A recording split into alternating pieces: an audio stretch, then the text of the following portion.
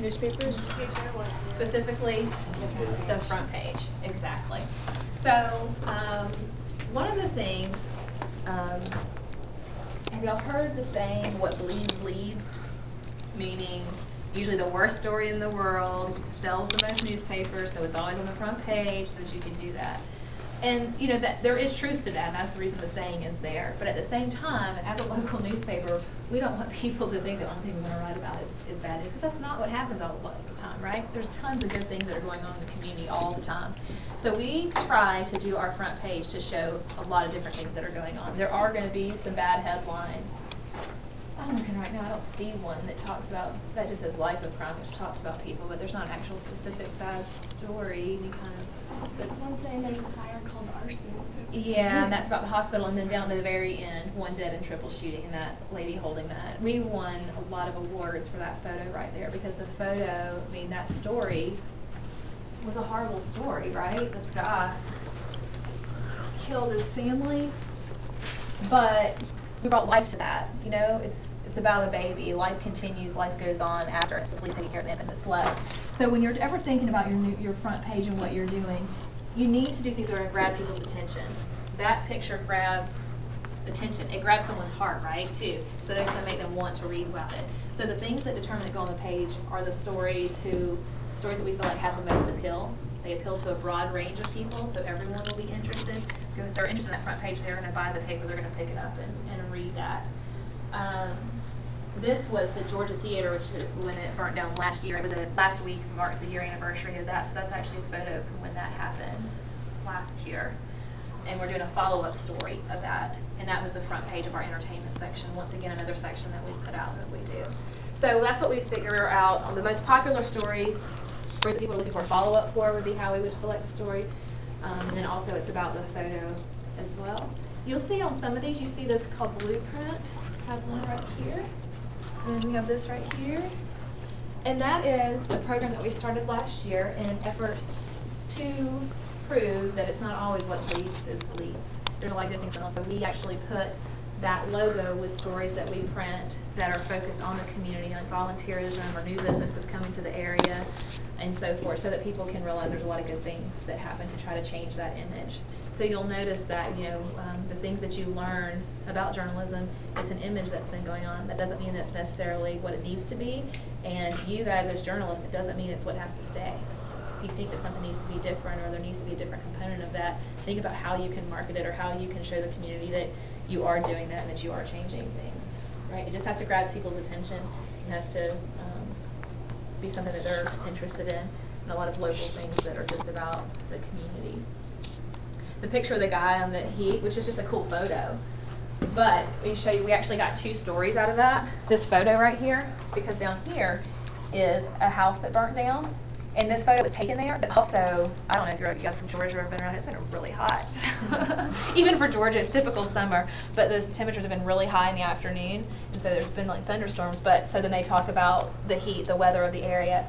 So sometimes when you're out and you get a photo, you might be able to use it for various things. So that was so great the way they were able to put this photo here and the photo at the bottom. This photo, both of these came from, though, at that fire. They took that photo of the firemen doing that. You'll also notice something that's changed, and I don't have any old books, if I did I would grab one. Oh, hang on, actually.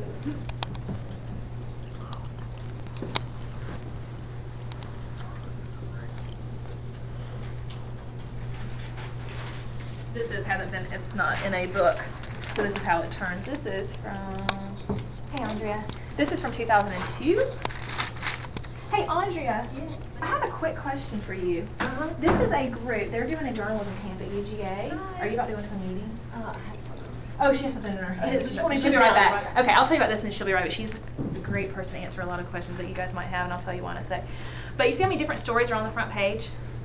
Don't just put one story there, because if you put one story and then someone doesn't like that, you've lost them, right? You want to show entry points, and that's what we call all the different stories that are going on. So we have 1, 2, 3, 4, 5 stories on the front page, plus 2, we call these our teaser area, telling you other stories that are inside, and those are called entry points. You want people to be able to see what else is inside here, because if you just have one story on the front and they're not interested in that, there could be their favorite topic might be on the inside, but they never know.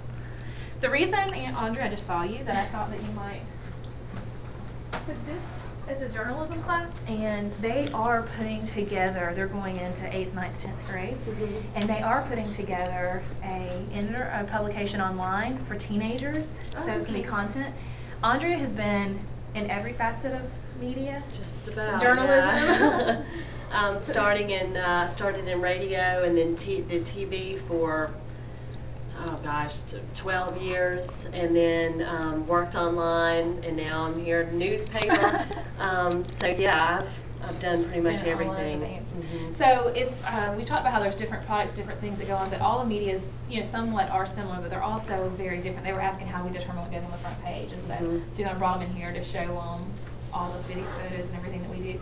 But Andrea on TV was video. She was. I was a news anchor and a reporter, but we did everything: videography and writing and producing and that kind of thing. So she does all of those things for us. She's working with some of our videographers and is actually doing some of the videoing, and she actually edits some of those, but she also writes stories. She's a content generator, so by content generator, because she's generating it online, she generates it to go in print, and that's the reason I said it kind of generically, because she writes for everything. And the writing is very different for the different things that where you're going. It is. It's been quite an education coming over to the newspaper from TV, because if you ever watch the news, it's very quick, and the sentences are short, and when you read it in the newspaper, it's very colorful and a little more in-depth than it would be. And I was telling them even magazines even more in-depth than a newspaper, so there's just different levels. So do you guys have any questions while Andrea's in here? Anything else about content or photos or videos or anything while we were talking about? They were asking so many good questions about that. We were talking about how it kind of varies. Yeah. Yes, go ahead. How do y'all manage the content that goes into the newspapers? That's an interesting question. So first off, when they have the budget meetings here, you have an editor that oversees everything, and you have editors over different departments of the different sections. You have a sports editor and then also a living editor. So it's kind of, this little hierarchy, right? So you can have teams of people that are doing the different subjects and so forth, but you have one person who has to determine what that is. So I guess once everyone brings the ideas together, then is it kind of a group effort on what they end up deciding? Well, the editors obviously have the final say, but basically what determines what goes in the top of a newscast or the front page of the paper is what affects the most people, or what is the most compelling news of the day. So that's kind of how they determine it. And then obviously if you have a story on a band that's playing downtown, it's not going to go on the front page necessarily, but it will go in the living section. That marquee, that other section I showed you down there, the entertainment, it would go there. Entertainment section. So that's kind of how it's determined. But reporters bring story ideas to the table. You have sources, you make beat calls in the morning, so you call all of the people that are in your field, whether it's crime or politics or whatever, and kind of find out what's going on. And the coolest thing about being a journalist is that you know what's going on before everybody else does. And a lot of times you get the inside scoop on it. And so you know things about the situation that other people don't know. So it's kind of cool that way. One of the questions was, how do we choose a writer when you're hiring? What do you look for when you're hiring a writer? And the biggest thing I could come up with was, one of the things is obviously they have to be someone who can live on both sides. So like Andrea said, they have to call their beat. So if it's politics or crime or whatever they're looking for, they have to know how to talk to those people and get the story, but then come back and write it and the writing skills. Is there anything else that you would say would be a big thing that you would look for?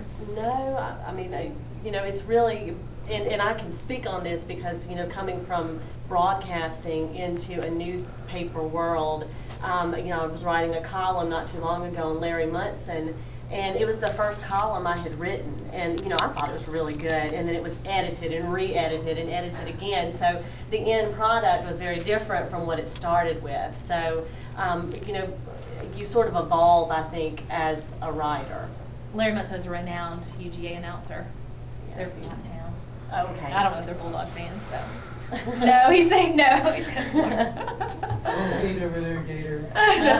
We don't even make you walk at the end of the line or anything, see.